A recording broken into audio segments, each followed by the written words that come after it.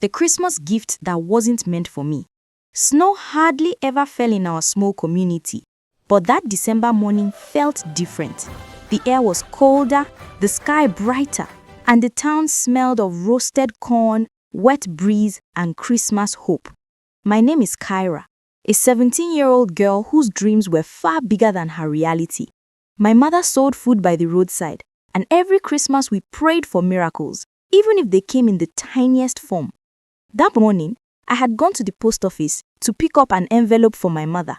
We rarely received mail, so I was surprised when the postmaster handed me a beautifully wrapped green and gold Christmas box with a tag that read, "To Kyra, with love."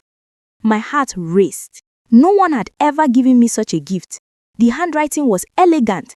The ribbon sparkled like it came from a world I only saw in movies. I walked home slowly, each step loud with excitement. My mother stared, shocked. "Who gave you that?" she asked. I don't know, Mama. They said it was for me." She frowned. "Open it." My hands trembled as I untied the ribbon. Inside was a brand new silver laptop, a pair of noise-cancelling headphones, and an envelope containing 200,000 naira. My mouth fell open. I couldn't breathe. "Mama, someone must have made a mistake," I whispered. But Mama just stared at me with wide eyes. A laptop? Money? Gifts I had never even dreamt of? Inside the card was a card that said, "Never stop dreaming. This is to help you become everything you were born to be." I held the laptop like it was a newborn baby. Tears blurred my vision. Was this my miracle? Was this finally God remembering me? But moments later, my joy shattered. A frantic knock came at our door.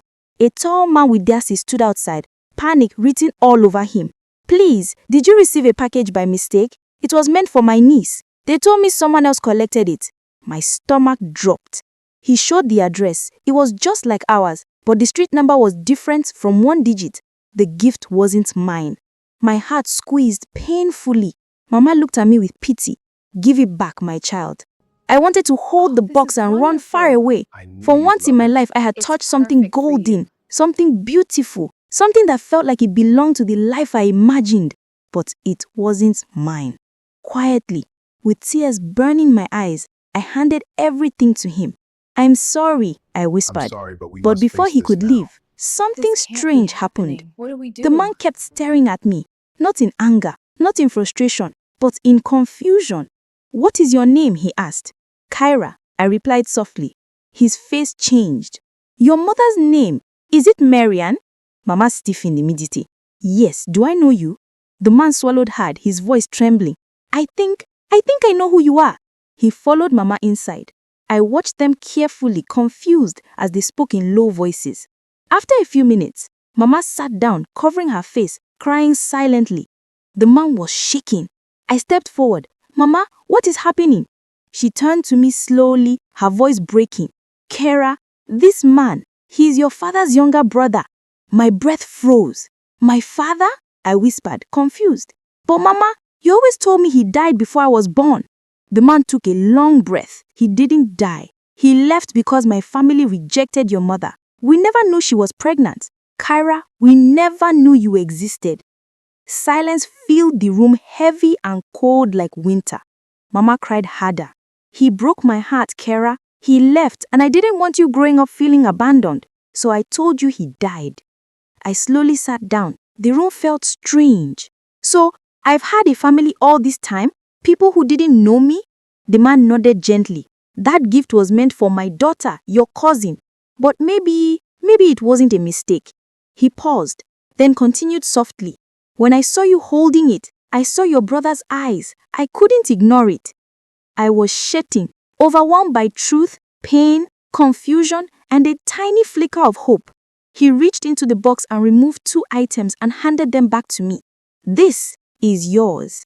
Not because it was addressed wrongly, but because you deserve it, and because if my brother were alive, he would have wanted you to have a chance, a real one." I gasped. "Alive? He's alive?" The man nodded slowly. "Very much alive.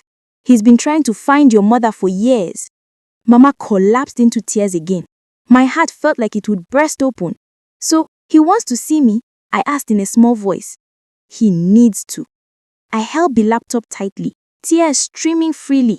My life had changed twice in one morning. First with a mistake, then with a miracle I never expected.